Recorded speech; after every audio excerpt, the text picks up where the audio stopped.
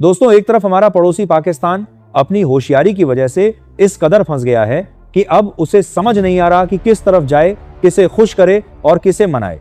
और दूसरी तरफ भारत बिना कोई शोर मचाए, बिना कोई बड़े बड़े दावे किए, बिल्कुल चुपचाप मिडिल ईस्ट की सबसे खतरनाक समुद्री गलियों से अपने जहाज सुरक्षित निकाल रहा है और अपनी एनर्जी सप्लाई बिना किसी रुकावट के जारी रख रहा है। तो आज हम पूरी कहानी समझेंगे।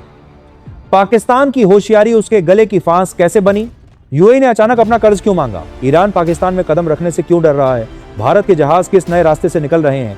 ओमान का रोल क्या है? और पाकिस्तान की जनता के साथ उसकी अपनी सरकार ने पेट्रोल के नाम पर कैसा बड़ा धोखा किया? सब कुछ एकदम सीधी और आसान भाषा में। लेकिन उससे पहले, अगर आप चाहते हैं कि भारत की आवाज पूरी दुनिया तक पहुंचे और हमारा देश हर क्षेत्र में आत्मनिर्भर बने, तो इस वीडियो को लाइक करें और सब्सक्राइब बटन दबाकर इस चैनल को सब्सक्राइब करें। दोस्तों, पहले पाकिस्तान की पूरी कहानी समझते हैं, क्योंकि इसे समझे बिना पूरी तस्वीर नहीं बनेगी। देखिए, पाकिस्तान को हमेशा से यह लगता रहा है कि वो मिडिल ईस्ट की राजनीति में एक बड़ा और अहम खिलाड़ी है। सऊदी अरब से पैसे लेता है, यूएई से पैसे लेता है, चीन से पैसे लेता है और फिर सबको एक साथ खुश रखने की कोशिश करता है, यानी एक साथ कई नावों पर सवार रहने की कोशिश। लेकिन जैसे कहते हैं ना कि जितनी बड़ी चादर हो उतने ही पैर पसारने चाहिए, पाकिस्तान ने कभी यह बात नहीं मानी और अब यही बात उसके गले की फांस बन चुकी है। कहानी तब शुरू हुई जब पाकिस्तान ने सऊदी अरब के साथ एक नाटो जैसा रक्षा समझौता साइन किया। उस वक्त यूएई के राष्ट्रपति खुद पाकिस्तान में मौजूद थे और शिकार के लिए आए हुए थे।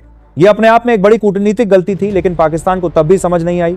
बाद में जब यूएई और सऊदी अरब के बीच तनातनी और खींचतान बढ़ी, तो पाकिस्तान के प्रधानमंत्री यूएई के राष्ट्रपति से मिलने पहुंच गए और वहां उन्होंने यूएई को यह समझाने की कोशिश की कि सऊदी के खिलाफ मत जाओ, सऊदी से शांति रखो। यूएई को यह बात बहुत बुरी लगी और चुभी भी। उन्होंने सोचा कि जो देश मुझसे भी पैसे मांगता है और सऊदी से भी, वो आज मुझे ज्ञान दे रहा है कि मैं सऊदी के खिलाफ काम ना करूं। यह पाकिस्तान के लिए पहला बड़ा और बहुत महंगा झटका था।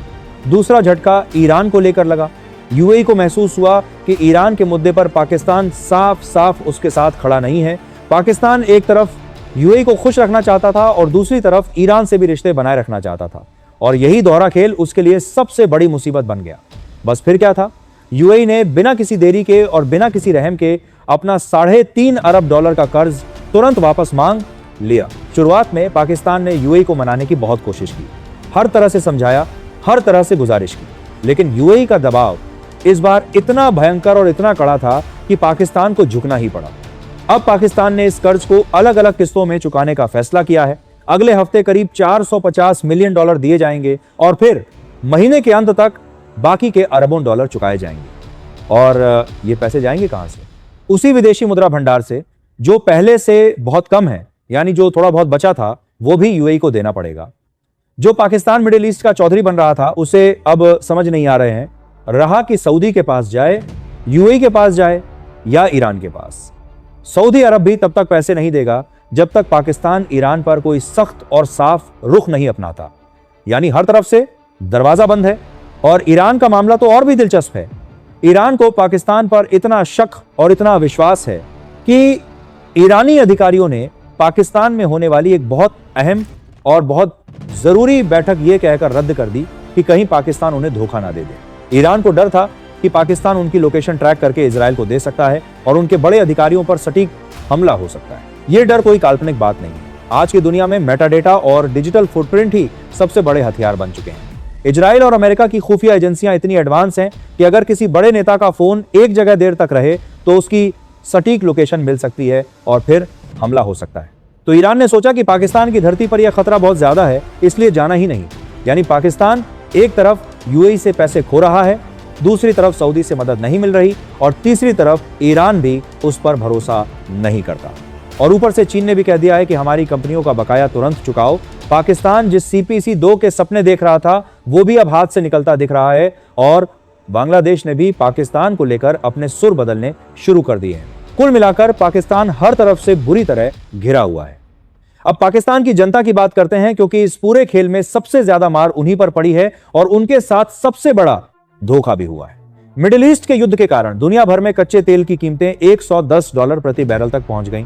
ऊपर से IMF का दबाव आया और पाकिस्तान सरकार को ईंधन पर दी जा रही सारी सब्सिडी रातों रात खत्म करनी पड़ी। नतीजा यह निकला कि अप्रैल 2026 में पाकिस्तान में पेट्रोल और डीजल के दामों में एक विस्फोटक उछाल आया पेट्रोल की कीमत में सीधा 42% का इजाफा हुआ और यह 321 रुपए से उछलकर 458 पाकिस्तानी रुपए प्रति लीटर हो गया।